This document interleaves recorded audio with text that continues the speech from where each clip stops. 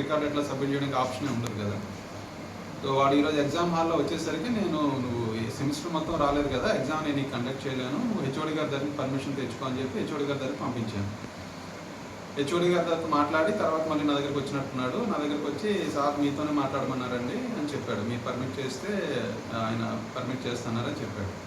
నేను హెచ్ఓడి గారికి తన ముందే స్టూడెంట్ ముందే ఆల్రెడీ హాల్లోనే ఉన్నాను, మిగతా పిల్లలందరూ ఎగ్జామ్ స్టార్ట్ అయింది రాస్తున్నారు వాళ్ళు. నేను స్పీకర్లో పెట్టి హెచ్ఓడి గారితో మాట్లాడాను తన ముందే. హెచ్ఓడి గారు నాతో ఏం చెప్పారంటే నేను అట్లా ఏం పర్మిషన్ ఏమి ఇవ్వలేదు వాడికి అని చెప్పారు. వాడు స్పీకర్లో అది కూడా విన్నాడు.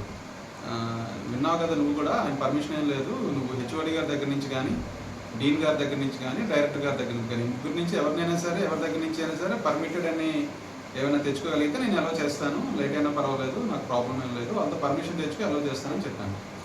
వాడు వెళ్ళకుంటే ఇంక అక్కడే హాల్లోనే కూర్చున్నాడు. ఒక పక్క ఎగ్జామ్ జరుగుతుంది, నువ్వు హాల్లో ఉండొద్దు, నువ్వు వెళ్ళి పర్మిషన్ తెచ్చుకో అని చెప్పాను. అయినా సరే వెంటనే వాడు అట్లాగే అక్కడే నిలబడి ఉన్నాడు. ఎగ్జామ్ హాల్ బయట సెక్యూరిటీ కనబడితే సెక్యూరిటీతో చెప్పాను, సెక్యూరిటీ ఎగ్జామ్ జరుగుతుంది ఇతను బయటకు తీసుకెళ్ళని చెప్పాను. ఇంకా సెక్యూరిటీ కూడా రాలేదు ఇంకా లోపలికి. రాకముందే వీడు చేతిలో ఉన్న కత్తి తీసుకొని పొడవడం స్టార్ట్ చేస్తాడు. నేను ఎంత తప్పించుకుందామన్నా గట్టిగా పట్టుకొని పొడవడం స్టార్ట్ చేశాడు. చాలా చోట్ల దెబ్బలు తగిలినాయి, నాకు చేతి దగ్గర కట్ అయింది, తర్వాత వీపు మీద కూడా చాలా కట్ అయింది, కంటి మీద కట్ అయింది. ఈ లోపు ఎగ్జామ్ రాస్తున్న పిల్లలు మగపిల్లలు వెంటనే వాడిని ఆపడానికి చాలా ప్రయత్నించారు. నేను కింద కూడా పడిపోయాను, కింద పడిపోయిన తర్వాత కూడా వదలలేదు వాడు. ఈ లోపు మగపిల్లలు కొంత గట్టిగా పట్టుకొని లాగి వాడిని బయటకు లాగారు.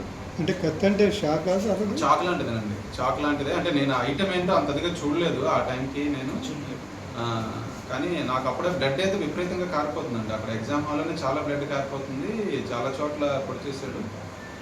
దాని వెంటనే మా కాలేజీ సిబ్బంది మా ట్రిపుల్ హాస్పిటల్కి తీసుకెళ్ళి చదువుకునే పిల్లల దగ్గర చాకు అంటే మరి ప్రీ ప్లాన్డ్గానే వచ్చాడేమో మరి తెలియదు నాకు అది.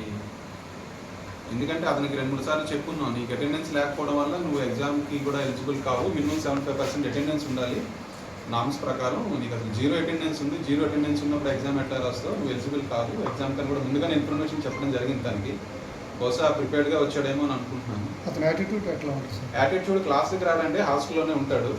ఈ 13 మంది ఒకలా ఉంటారు, వీడు ఒకడే ఒకలా ఉంటాడండి. వాళ్ళు 13 మంది కూడా కలవడు అసలు.